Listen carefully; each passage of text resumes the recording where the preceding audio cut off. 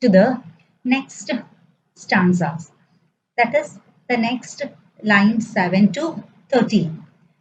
The polished traffic passed with a mind ahead. Here, polished traffic means what? Refined.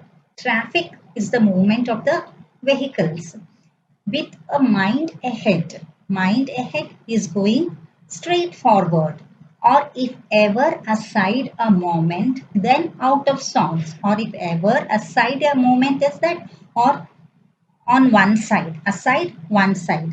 Out of sorts here means irritated or not feeling well.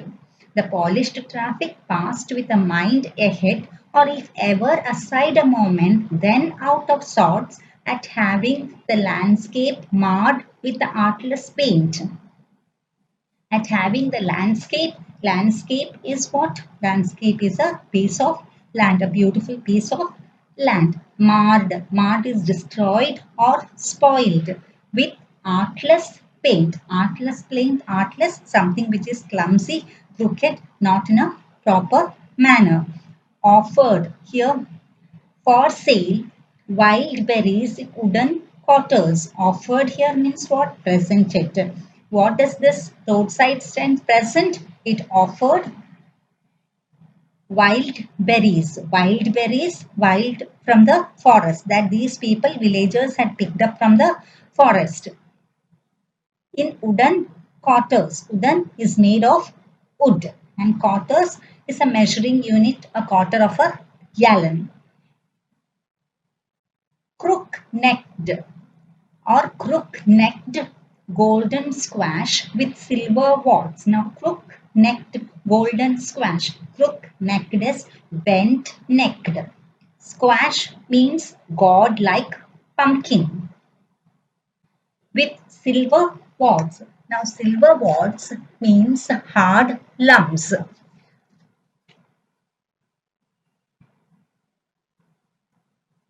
Or beauty rest in a beautiful mountain scene. You have the money, but if you want to be mean, why keep your money this crossly and go ahead? Now, here, mean means miser, go along means to move forward. Now, here, why keep your money this crossly and go along? Crossly means I am cross with you. Cross means what? I'm not happy with you. Okay, I'm not happy with you. That is what the poet here says. You have the money, but if you want to be mean, why keep your money and go along? Now let us go over to the explanation. Before that, let me tell you polished traffic. In the first line, the polished traffic, the word polished traffic, the poetic device here is transferred epithet. Now, why it is a transferred epithet? Because the traffic is not polished, but the people who are in the vehicles are polished. Okay, that is referring to the city dwellers who sometimes take a moment to scrutinize their surroundings. Then the next word here, one more thing that I need to explain is crook-necked golden squash. Now, or the crook-necked golden squash with silver pods. The unqualitative local produce is highlighted with the use of these words. That is, from where do they get these berries, or from where do they get the produce? They get it from the wild, from the forest, and the city people think that it's an unqualitative and qualitative because it's of a local produce. Now let me go over to the explanation of these lines. The refined and the rich people drove past the roadside stand without stopping there. Which lines tell like that? That is, the polished traffic passed with a mind ahead. Then the next two lines, or if ever aside a moment, then out of sorts at having the landscape marred with artless paint of signs that with the N turned wrong and the S turned wrong. Now, if someone stopped there, he was irritated by the clumsy paint that spoiled the landscape. That is, he complained that these signs that was kept, that he was out of sorts, that he was irritated when he found the letters N and S turned wrongly. N and S is the signboards, that is north and south. They were not painted properly. He had always complaints, even if any city dweller stopped there, he had a complaint that the roadside stand was not properly painted. If the paint was not artistic, uh, or the signs, that is the north and the south signs that were kept, road signs that were set, even that was not painted properly or it was not in a proper manner, always he had some complaint.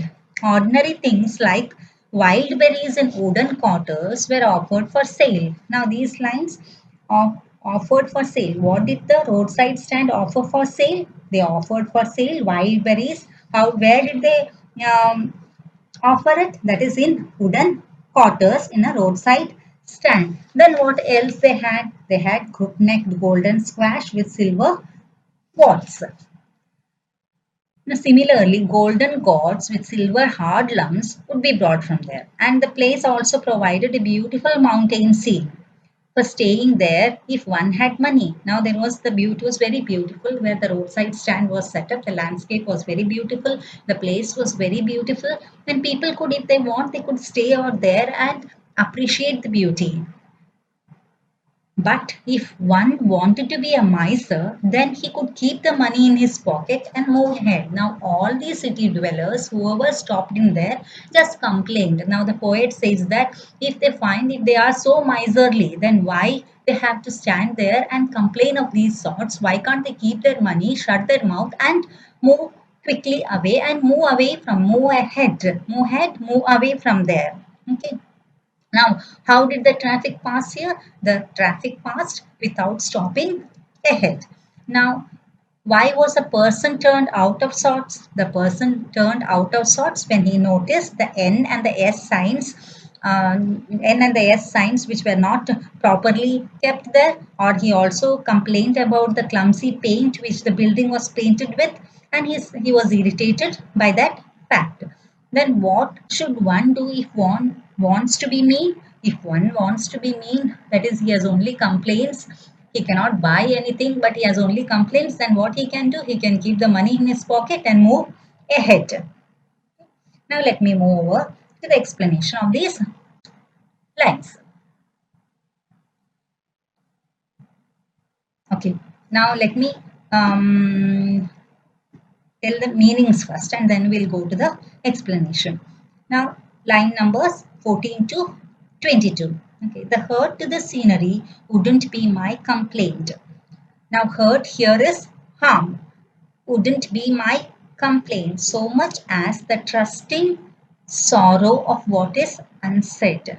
Now, the poet says that the hurt to the scenery wouldn't be his complaint, but as much as the trusting sorrow of what is unsaid. That is, they expected these people to stop in there and buy something. When they do not do so, they only complain and go. They feel they are saddened by this fact. They are sorrowful. Here, far from the city, we make our roadside stand and ask for some city money to feel in hand, to try if it will not make our being expand. Expand here is develop. Here, being is their lives, and give us the life the moving pictures promise that the party in power is said to be keeping from us. Now, what are these moving pictures? Moving pictures is the cinema or the films or the better things in life. Okay. The what did the moving pictures or the motion pictures or the cinema always promise us? That this life is a rosy life. Now, even the parties who are in power always tell about the better things that the better things in life rather than actually what the people are suffering.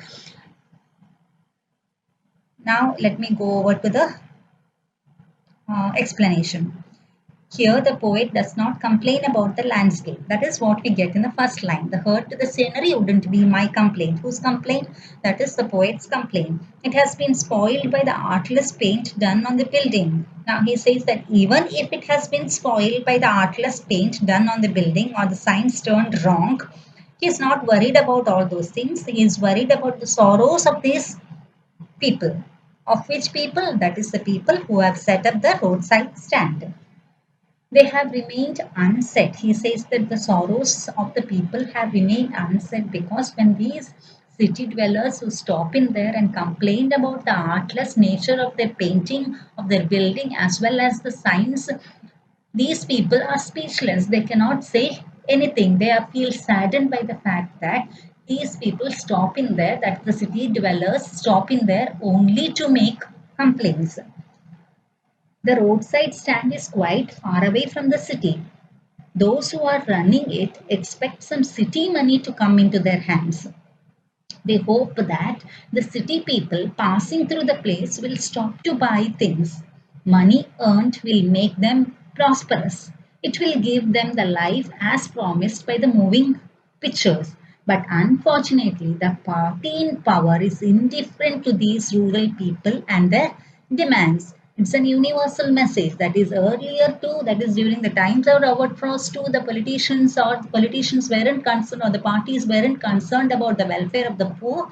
They always catered to the needs of the rich. Okay, even during Robert Frost's time, the same thing was the attitude.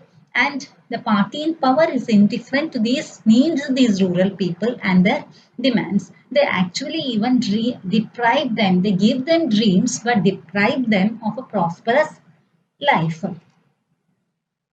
Now, what is not the complaint of the poet? The complaint of the poet is not that the artless painting of the building has hurt the landscape. What is the real worry of the poet? The real worry of the poet is the sorrows of these people. Now, what is the party in power doing for the rural poor? It is doing nothing for the rural poor and to keep their business going. Now, why do the people who are running the roadside stand ask for some city money?